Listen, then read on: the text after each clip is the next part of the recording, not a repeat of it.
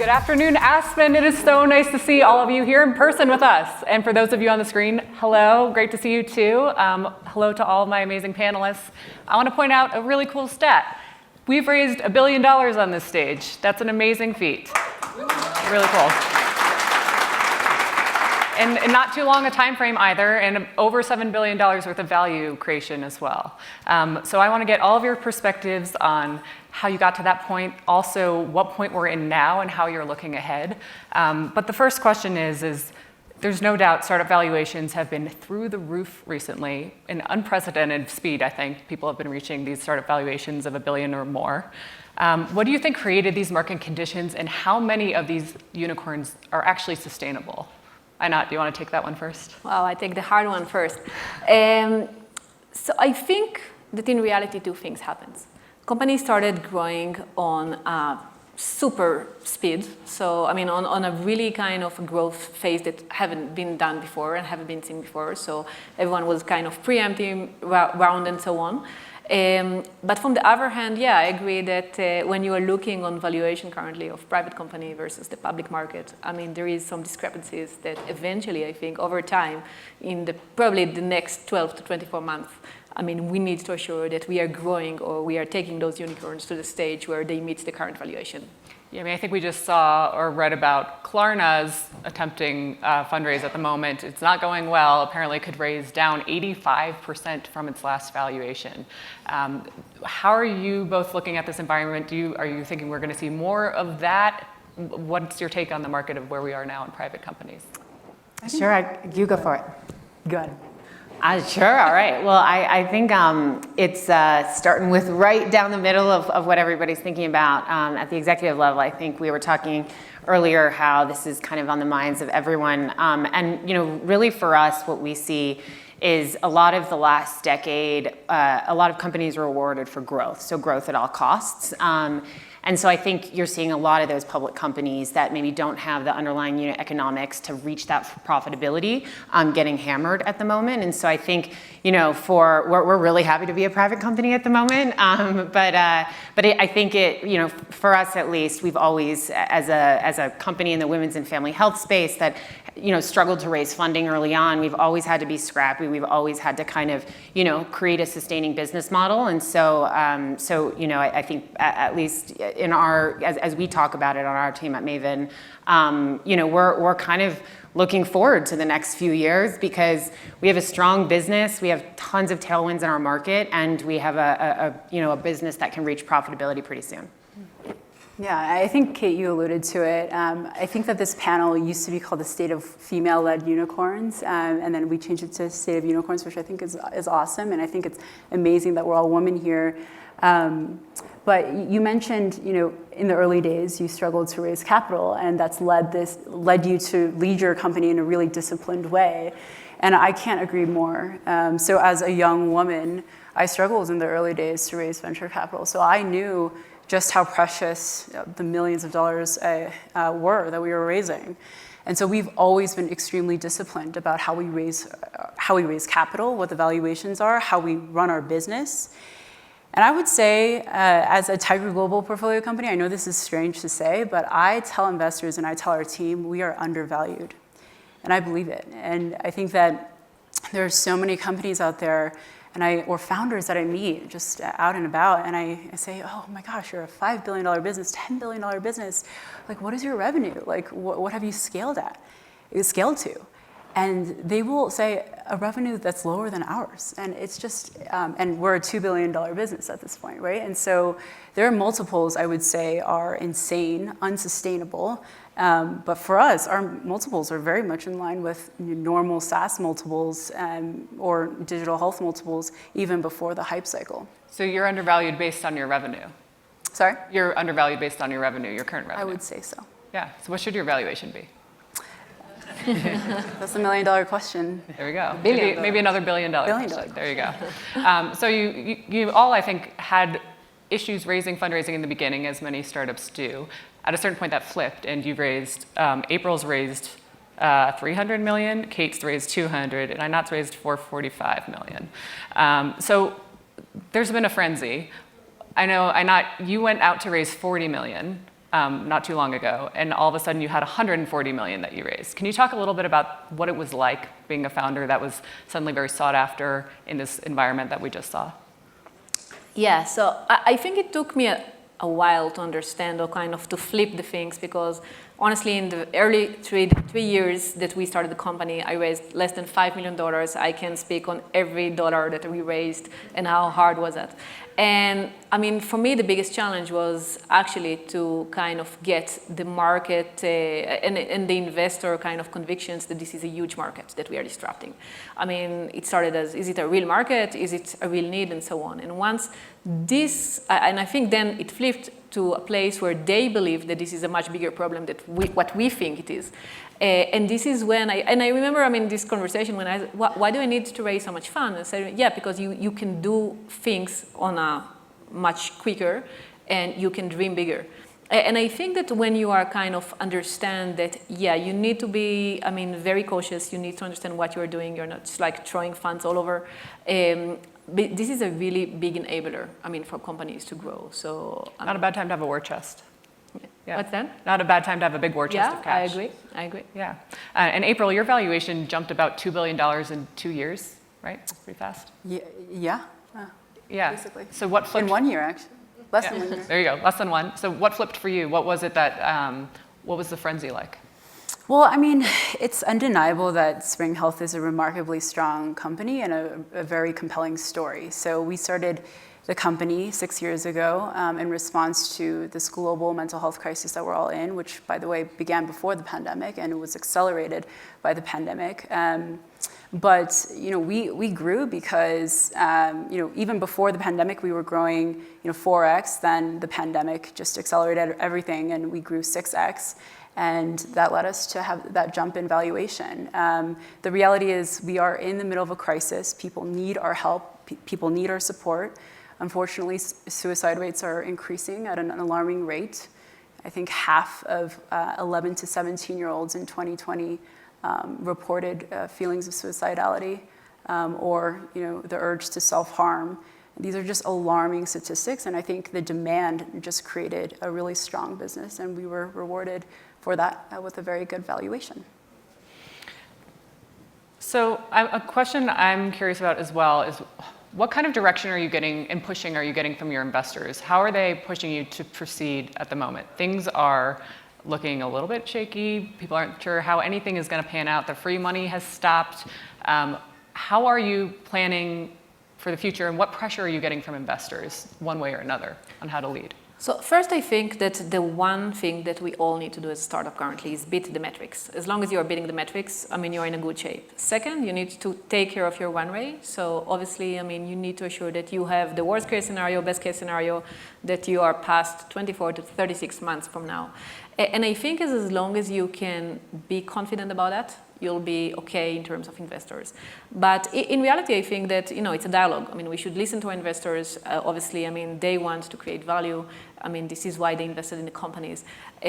So it's really about, you can't ignore the market. You can't ignore the signals. You can't ignore things that eventually are kind of flagging.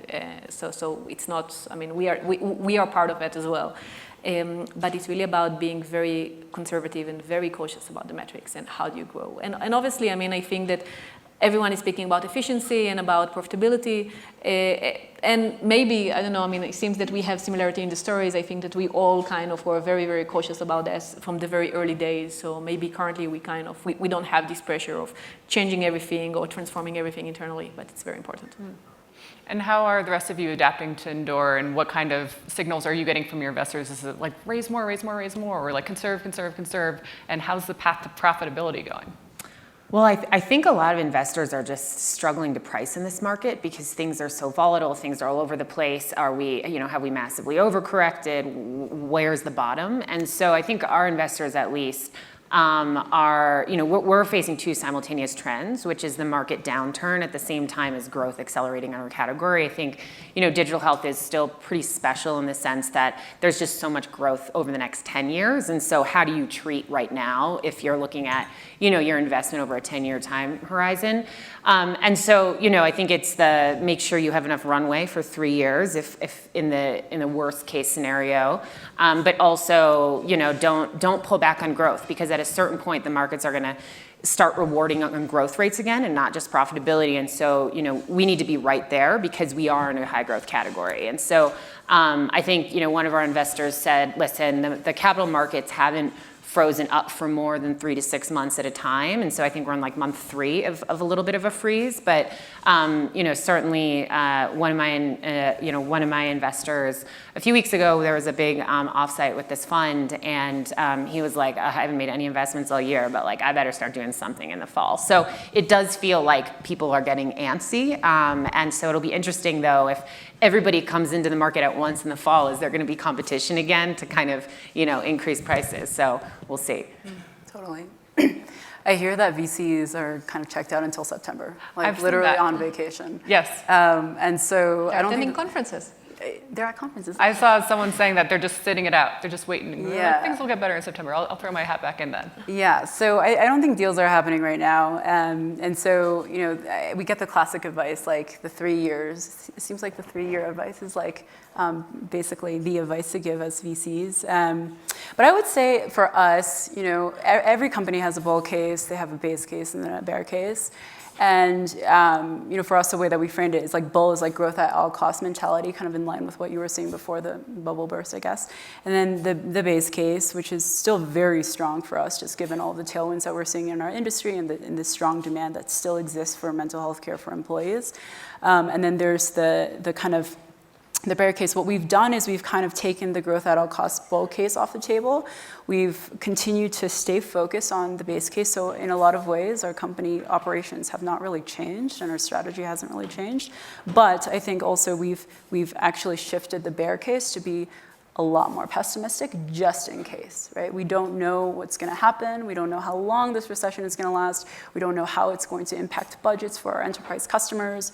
And so because of that, we've made those adjustments and moved forward as a company. Got it. And with the war chest that you all have raised in capital, there is M&A possibility. How are you? You just did a big M&A deal not too long ago. Yes. How did you make that calculus of like, okay, now's a good time despite whatever the heck is going on out there? So first, I think that we started this M&A, or we signed this M&A just when this kind of current crisis started. So you could debate if this was a good timing or a bad timing. I think that the way that we looked at it is it going to do good for the business? I mean, so it's not about how much it cost us, it's how much we can do more with it. And I think that M&A is becoming a very interesting issue currently. I mean, we are a very big believer that eventually if you have possibility to grow and to eventually merge teams better, I mean, we are very, we like to buy technology because we believe that eventually that's an accelerator to what we want to build on the payroll space. And when you're looking on public companies currently, actually, I think that there are much more opportunities on acquiring public companies than private companies, because in the private companies, I mean, there is still a chaos. I mean, what's my valuation? And where the market stands. But it's definitely a very good timing to kind of look around on the public market and look on M&A as opportunities. Great. So I want to switch to leadership strategy. You all have had to scale tremendously. Each of you has hundreds, if not thousands, of employees at your companies. It's not easy to do, and it's not easy to scale responsibly, in a healthy way, in a sustainable way. April, I know this has been something that you've worked on at your company. I believe last October, you sent an email to your team saying, we've had a systemic issue of burnout at Spring Health. And also that there's a natural tension between hypergrowth and mental health. So how have you, first of all, what happened there? And then how have you taken things moving forward? Yeah. I mean, just to reiterate, I do think that there is a natural tension between hypergrowth and mental health. And I think mental health means a lot of different things to people. And so for us as a company, we've really clarified what it means to be a mentally healthy company and what it means to be mentally healthy at Spring Health.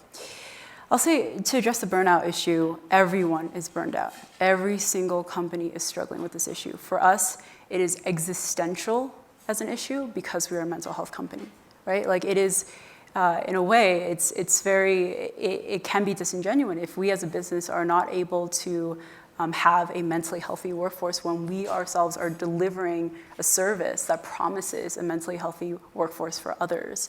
And so given the existential gravity of the need for a mentally healthy workforce, we've put a lot of work and a lot of time and a lot of resources behind it. About 2 years ago, we were very explicit about our goal as a company to not just grow and serve others, but also to be the mentally healthiest and highest performing company in the world ourselves. And to do that, we've actually allocated protected cross-disciplinary bandwidth to helping us get there. So we believe that in order to be mentally healthy and high performing, two concepts that really are not thought of together in other companies, but at Spring Health, we really try to marry the two. For us to be mentally healthy and high performing, we need not just people leaders working on this. We need therapists working on this. We need mental health professionals. We need data scientists to understand where we are at baseline and where we can go and what impact the experiments that we're running internally are having. And we've just invested a ton of time, a ton of energy and resources to it. And I think we have a long way to go still, but we've made a ton of progress. Great. There's, every company, as you said, is experiencing burnout. There's also pressure, and CEOs are experiencing burnout. There's expected to be a record number of CEO turnovers this year because people have been waiting through the pandemic to make sure their teams are okay, to then hand over the baton. So I think we're expected to see that as well. Another pressure that CEOs and founders have that they didn't have before is to wade into social issues and to be very transparent with their teams about their thoughts on things outside of just bottom line business. Kate, you are in this in the thick. I mean, you are a women's health clinic provider for many companies and for employees. Roe v. Wade, how did you address that with the team? What's your advice for others who are addressing it? What did it do to your business? Yeah, I think we were talking earlier, one of the things that's just a shame is that women's health is so politicized because the way that we've always seen it, which is consistent with all of the major medical associations in the US, is that, abortion access is just a healthcare issue. It's part of the core prenatal care model. Almost 1 out of 4 women will have abortions in their lifetime, from ectopic pregnancies to, fetuses that will not be viable at birth. That this happens all the time in routine care. And so for us, this has just always been part of women's health, and I think now more than ever, our team feels that urgency to step up. I mean, Maven was founded because women and families are underserved. So women's health has always been underserved, and now it's just even more so. And so we've been really encouraged. We have, we work with nearly half of the Fortune 15 and most of the major national payers. And so, in the lead up to Roe v. Wade being overturned, we were having conversations and people, there's a ton of uncertainty, there still is. But I think we've been really encouraged ever since that court decision came down on Friday and the actual, it was set in stone, it wasn't just a leak. Everybody, even our most conservative clients, have stepped up to actually, provide support because they see it as this is a healthcare issue and an access issue and no more than that.